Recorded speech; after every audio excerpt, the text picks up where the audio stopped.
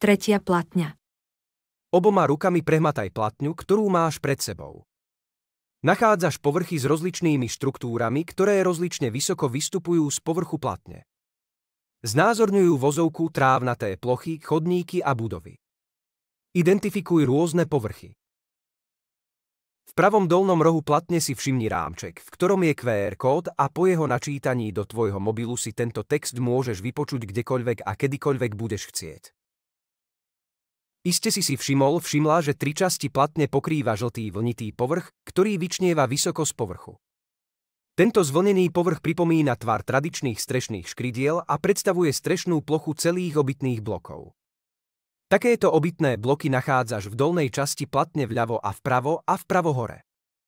Blok domov vpravo dole má klasický tvar budov alebo domov so 4 rohmi. Blok vľavo dole má tiež 4 rohy, ale tam hmatáš niečo nezvyčajné, čo sa môže vyskytovať pri väčších budovách. Na ploche bytového domu hmatáš uprostred zapustenú zelenú plochu, ktorá tvorí vnútorné nádvorie so zeleňou. Obytný blok vpravo hore nemá skutočné 4 rohy. Roh smerujúci do stredu platne je totiž nezvyčajne šikmo zrezaný, čo môže byť súčasťou architektonického riešenia ulice. Povrch platne vľavo hore je čiastočne pokrytý zelenou štruktúrou tvorenou nepravidelne sa stretávajúcimi čiarami smerujúcimi do všetkých smerov. Táto štruktúra symbolizuje zelené plochy, nielen trávu, ale aj rastliny, stromy a všetko zelené, čo sa v meste môže vyskytovať.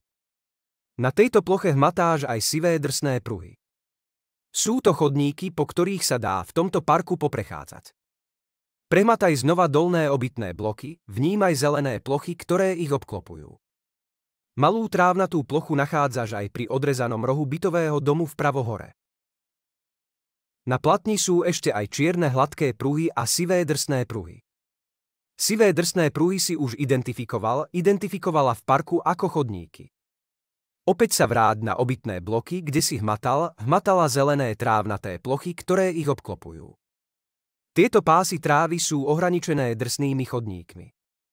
Nájdi tieto chodníky, ktoré ťa prevedú okolo križovatky v strede platne. Trávnaté pásy, ako aj pásy chodníkov, prechádzajú v oblúku okolo rohov obytných blokov. Zhora, zdola, zľava a sprava hmatáš medzi bytovými domami a parkom čierne hladké široké pruhy, ktoré sa stretávajú v strede platne na križovatke s kruhovým objazdom. Táto križovatka sa jednoducho nazýva kruhový objazd. Wikipédia ho definuje takto.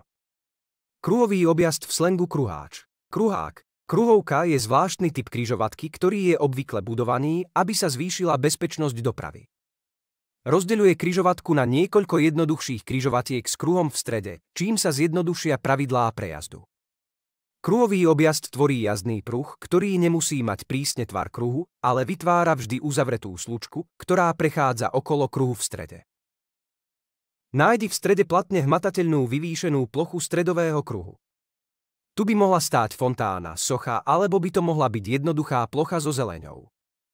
Okolo stredového kruhu hmatáš jazdný pruh, ktorý v tomto prípade nemá prísne kruhový tvar. Urob prstom niekoľko kôl po jazdnom pruhu a za každým odboč po inej príjazdovej ceste. Máš niekoľko možností.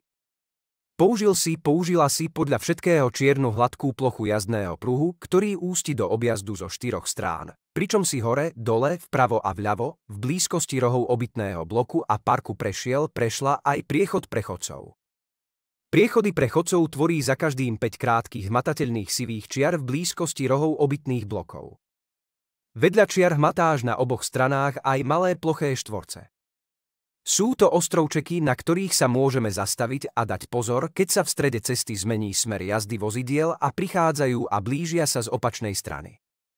V kruhovom objazde v strede platne sa vozidlá pohybujú vždy tým istým smerom ako v jednosmernej ulici, v ktorej sa smie jazdiť len v jednom smere. Urob prstom ešte niekoľko kôl po kruhovom objazde. Začni pri dolnom okraji platne v strede, prechádzaj po ceste až po zaústenie do kruhového objazdu. Pohybuj sa tam v pravosmernej premávke v smere proti pohybu hodinových ručičiek doprava až po najbližšiu odbočku. Opusti kruhový objazd, pokračuj po rovnej ceste a opusti platňu v strede pri jej pravom okraji. Vydaj sa znova na cestu zdola, opusti kruhový objazd na ďalšom výjazde, aby si sa dostala do parku, alebo pokračuj v ceste s cieľom navštíviť vnútorné nádvorie obytného bloku so zeleňou.